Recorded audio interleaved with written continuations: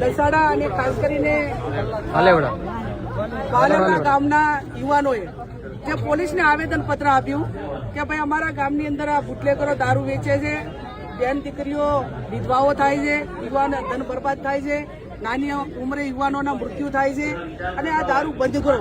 દારૂ બંધ કરવાના બદલે પોલીસ સામે જે તે પોલીસ સ્ટેશન એ યુવાનોને માર મારે અને એના ઉપલા અધિકારીઓ પોલીસ સામે કઈ કાર્યવાહી ના કરે. આવનાર સમયની અંદર પોલીસે જેને પણ માર્યા છે એની અમે કાયદેસરની કાર્યવાહી થાય એ પણ અમે માગણી કરીશું. અને એ એવું ના સમજે કે તમારા હપ્તા રાજને કારણે આ સમાજના યુવાનોને બરબાદ કરવાના છે.